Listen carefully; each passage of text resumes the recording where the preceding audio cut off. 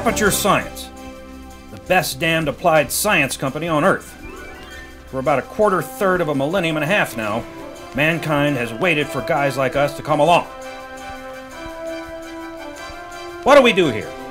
What those other pansies out there won't.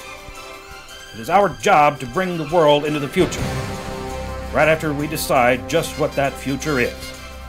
That's right, we invented the future. Hello, I'm Cave Johnson. Now you're probably asking yourself, Cave, what is Aperture Science? I mean, what do you eggheads doing at their building all day? Well, oddly curious and nosy individual, I'll tell you. Science! That's what. Aperture Science was founded in 1947 by Cave Johnson, originating from a shower curtain manufacturer. Science had recently come into style, having been brought up in a sales meeting. Science was chosen as the perfect product as it incorporates little to no negative side effects or overall consequences.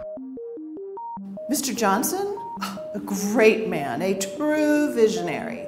He built this place from nothing, and I'm not just saying that because I'm legally obligated to. I mean that. Through tireless effort, government investors, a multi-million-dollar grant, and the spirit of Idaho Potato Science fundraiser, Aperture Science had quickly become popular in the worlds of innovative technology, biochemistry, and cake.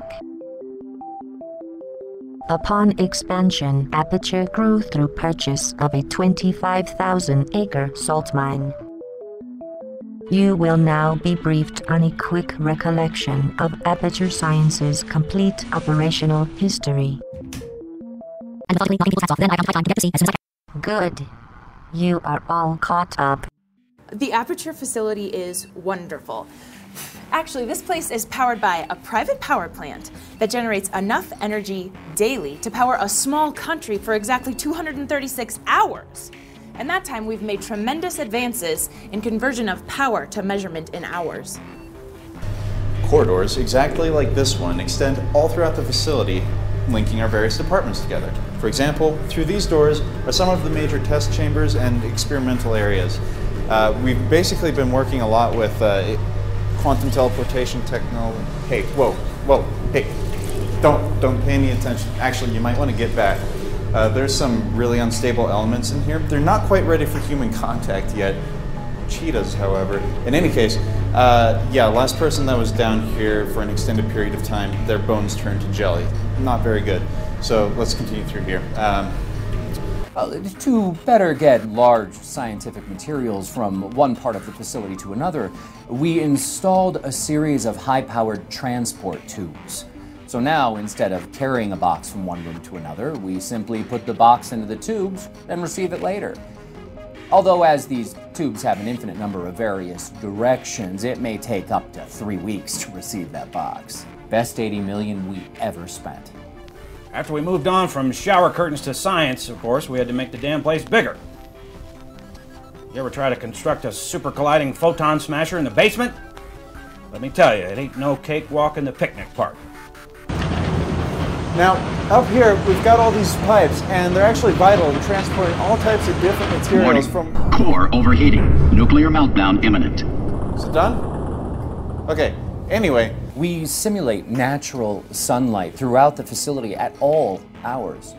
Studies have shown that productivity increases dramatically when employees have an artificial sun generating heat and 75,000 watts of light within the office.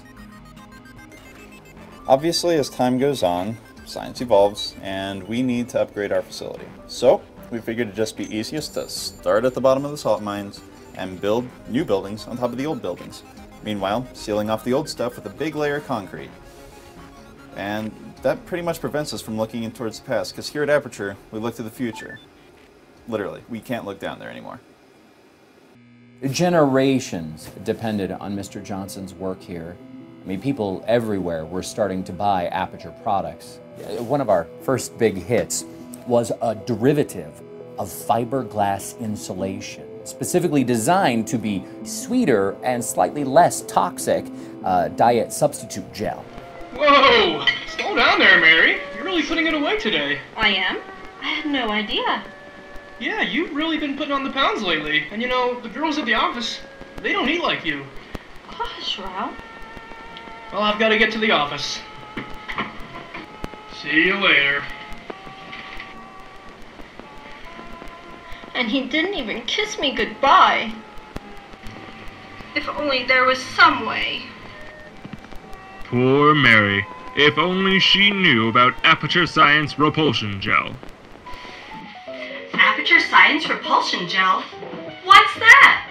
The latest creation from Aperture Science Innovations.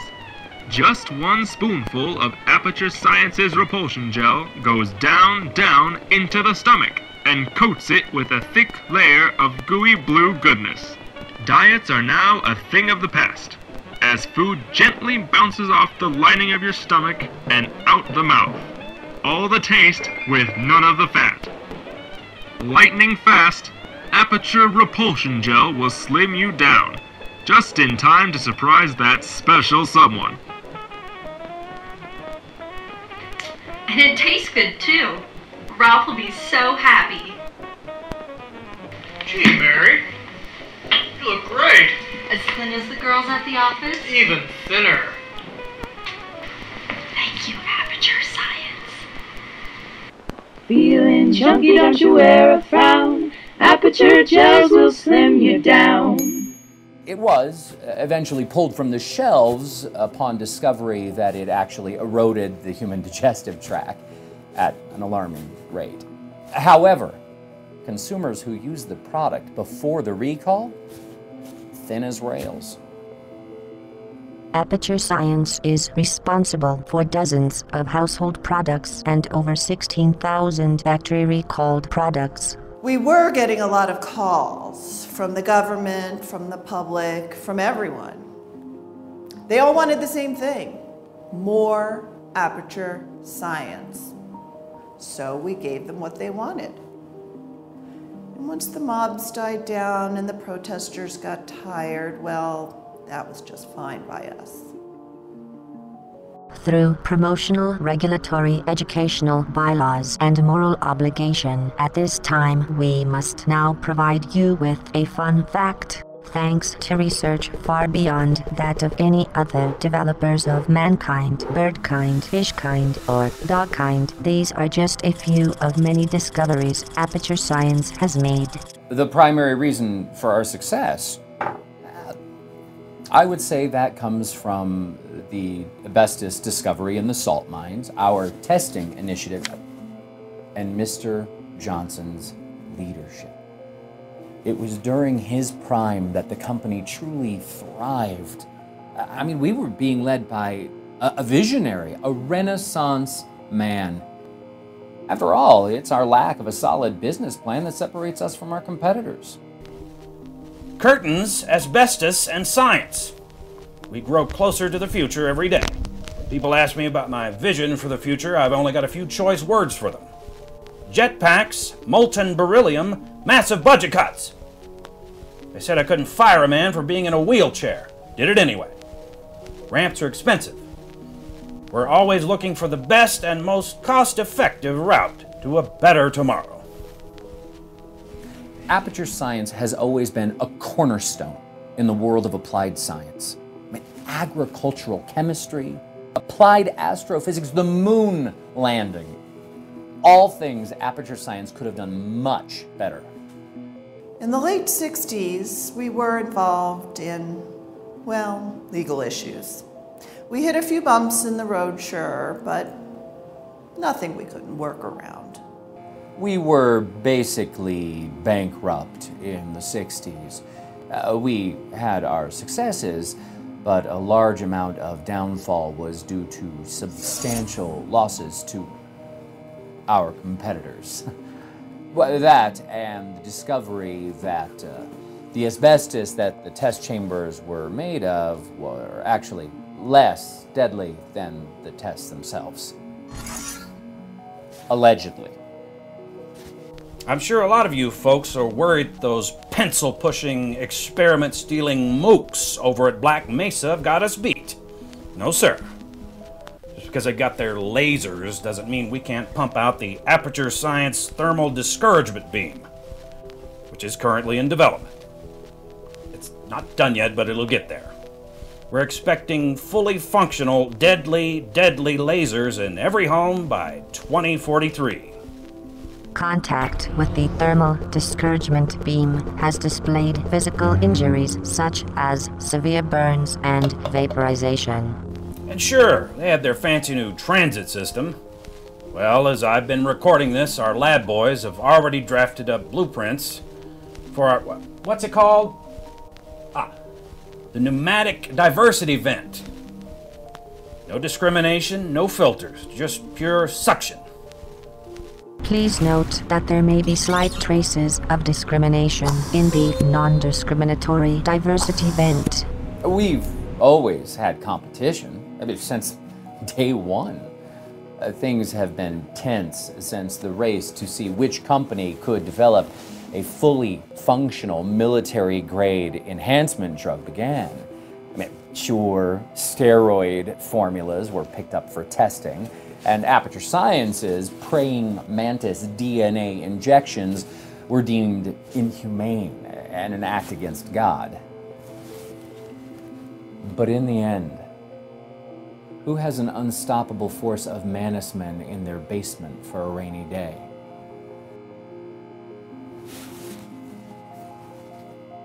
With a lot of work, we've been able to keep ahead of our competitors, like Black Mesa. In the 70s and 80s, we were even looking into robotics. Even I laughed at me when I thought we could cram a person's brain into a mechanical great white shark. But I guess I showed myself.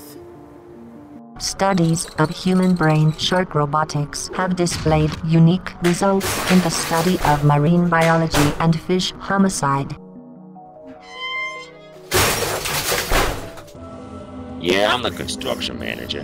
Who do you think really builds all these things? I'm head of manufacturing, you know. I was originally created as a translator. That fell through when I could only translate into some incomprehensible dead language. Bonjour! Crazy gibberish. We considered, actually, using coffee or pure caffeine as the power source for the robots and personality constructs. But that proved to be a little ineffective when the robots turned violent when not given additional caffeine or cream.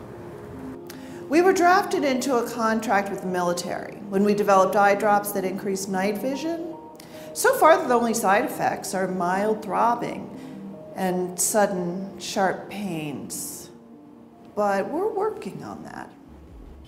We developed an aerial faith plate to basically see if test subjects could solve tests while being launched into the air with over 1,000 pounds of pressure. Turns out they can't. Due to federal safety regulations, Aperture Science now provides test subjects with semi-protective, resilient safety apparel.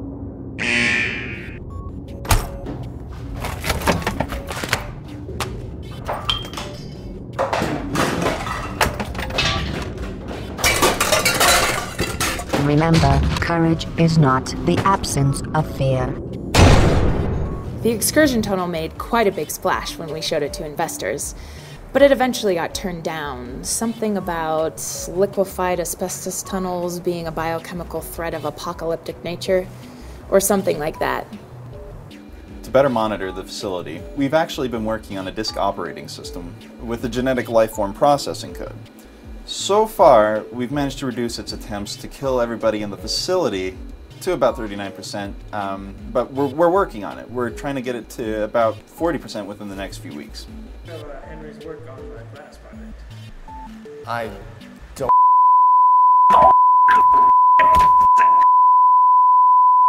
The Computer-Aided Enrichment Center was established to test Aperture products before distribution. Tests included human durability, quick thinking, and resistance to fire. This greatly improved quality performance. We were also working on a laser treatment that would make your skin solar powered. It actually sort of ended up sunburning your eyes. On the positive side, we now have sunscreen for your retinas. For a while, we had a terrific time travel experiment. We eventually had to shut it down. It somehow broke off into an alternate reality where everybody was covered with this green goo and screaming at the top of their lungs. I'm not sure why. Never did figure that one out. We pride ourselves here at Aperture Science to have the highest trained staff on the damned planet. Ready for anything. It's happening again! It's happening again! Top-notch training at work. After some time, it had gotten to a point where our testing initiative became, well, I say challenging. Test subjects started complaining that our tests had become lethal, mentally debilitating, and pathologically destructive. Are our test chambers dangerous? Well, as a wise man once said, there's nothing to fear but fear itself. Well, that and a few chemical burns. I think it was recently when we started putting medical centers between the test chambers. Well, unless of course they're in a double-blind emergency test. In that case, it would be a placebo medical center. A couple of tests focused on getting rid of all those excess particles in the body humans never even seem to need, like zinc, cobalt, second kidney. I mean, what has cobalt ever done for you? Science isn't about careful planning and chart plotting. It's about action. The lab boys keep telling me we need to take it down a notch. That may be, but I think we need to take it up 18 notches and see what the hell happens. To ensure maximum efficiency, optional testing has become mandatory for volunteers, recruits, and employees. Good news, folks. Our testing has increased sales tenfold. Black Mesa can kiss my grits. Provided we have any grits. Carolyn, give me some grits. Yes, sir, Mr. Johnson. The key to building any good test chamber is to research simple, easy to solve puzzles and brain teasers. Then go the complete opposite direction and throw in a couple of fatal threats. Some fire, a crusher, and bada bang, bada boom, you're done. Testing often gets on the test subject's nerves, so we try to mix it up a little. Say, we'll hide a photon in the chamber. If they can find it, they get a large bonus check. And they get to keep the photon too, I guess. I think 87 was our hardest year. After Mr. Johnson, well, we were given 3 projects that we had to finish before the end of the fiscal year. The Take-A-Wish Foundation, the Counter Heimlich Maneuver, and the Portal Project. I didn't know exactly what that one was about. It had something to do with shower curtains, I think. Aperture Science developed a dual particle hole between space and time variance based on non-commutative quantum field theory. In layman's terms, enter portal, exit portal. The Aperture Science handheld portal device was introduced to test courses. Despite various terminal miscalculations and technological setbacks, the project was a success. Portal technology came easily to Aperture. All it took was a little old-fashioned hard work. If we put our minds to it, I mean, we figure, hey, if we can make the human skeleton magnetic to shards of glass, we can make portals. Aperture Science has recently displayed interest in experimentation on extraterrestrial matter. It's true, applications are currently being accepted. As long as there's science, there will be Aperture Science. Making that science. Could Aperture Science ever go out of business? We just installed a neurotoxin generator and landed a contract with the Navy. What do you think? After our genetic lifeform and disk operating system is fully functional in a few days, there's nowhere to go but up. Trust me, Aperture is going to be around for a long time. Aperture Science. The simple fact that you're watching this video has itself forwarded science by a good 30 years, as we've been using radiation waves to broadcast the video directly into your brain. Thank you for your mandatory volunteerism. Remember, the future of science starts with us.